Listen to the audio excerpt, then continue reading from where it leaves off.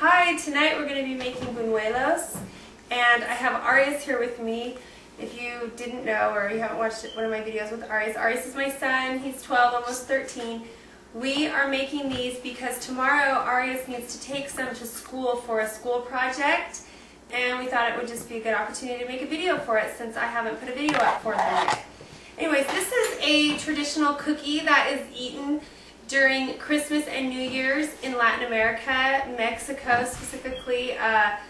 Very delicious. We actually really love them as a family, and we're going to share that with you today.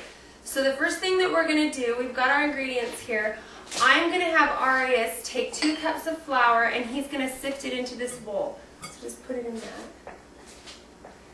And then while he does that, I'm going to take 1 egg. Yeah, go ahead, that's perfect. Oops. I'm going to take 1 egg and I'm going to beat that egg up.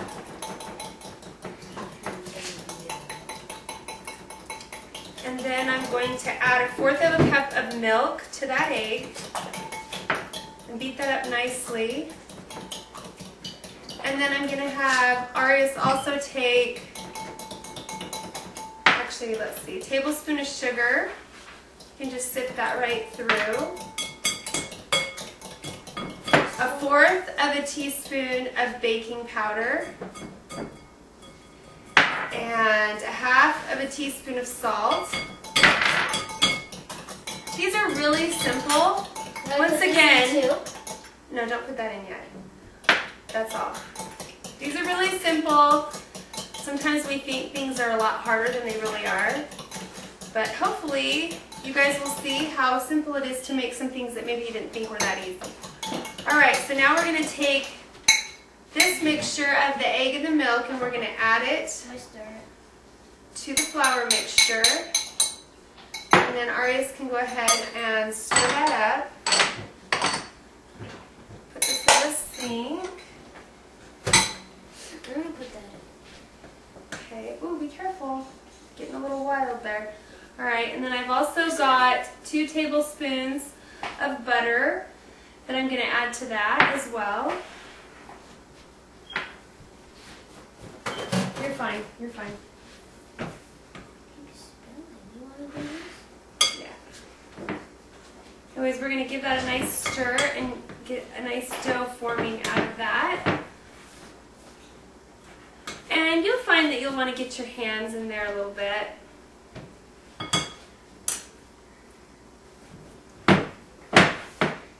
Now you don't want your dough to be sticky, and it looks like we're doing a pretty good job here and that we're not going to have to worry about adding much flour.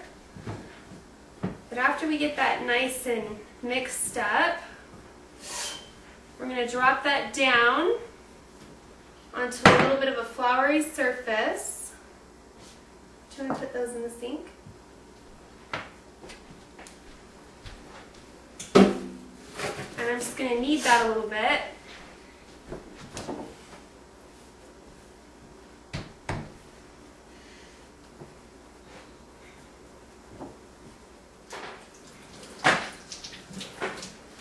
We're going to want to take it and we're just going to make some little balls out of the dough. And about the size of a walnut. And we're just going to set those balls on a plate. You want to do one? Here, keep rolling on that one. Little walnut-sized balls here now. And we're just going to cover those and let them sit for about 20 minutes. And after the 20 minutes, then we're going to roll them out and we're going to fry them. Our dough is ready. And I'm just going to give it a little bit of a rub. And I just have a lightly floured surface here. Now, I have had these made where they're really, really big, and I found that they break apart really easy, and so I make mine a little bit on the smaller side. But if you want them to be really big, make them really big. So we're just going to roll this out. And If you do not have a fryer, I'm going to be using my fryer, but if you do not have a fryer, then you'll want to get a frying pan. You'll want to fill that frying pan about halfway filled with oil. I use canola. It doesn't really matter what you use. You can use vegetable oil, whatever. Canola is a little healthier, so that's what I like to use. Anyways, I'm just rolling this out. Frying pan. You'll probably want to have a pair of tongs, and you'll want to flip it over halfway. So once the one side's browned, you'll want to flip it over and do the other. Where I'm using a fryer, I don't have to do that. Alright, so I'm going to take this and I'm just going to drop it in my fryer. And I have one that I already made over here. After it comes out of the fryer, what you're going to want to do is you're either going to want to drain it on a paper towel, or I have a wire rack here, and I just set mine on the wire rack.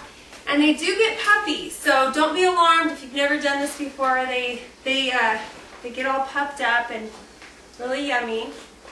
And then I've taken a half a cup of white granulated sugar and about a tablespoon of cinnamon, and I've mixed it together to make a cinnamon sugar, and I sprinkled that on top. Now let's see, I'm going to flip this one over. Alright, this one's done. Now, if I failed to mention, you want to have your oil at a 375-degree temperature.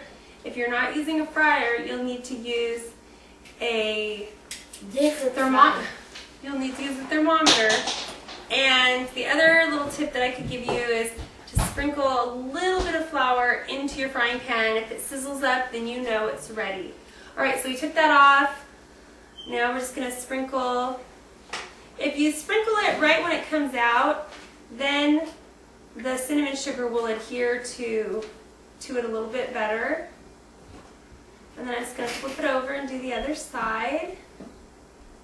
I want that one. You want that one? And there we have it. You are going to love this. Your kids are going to love it. And Aria, you go over there and zoom the camera in on it so we can see it.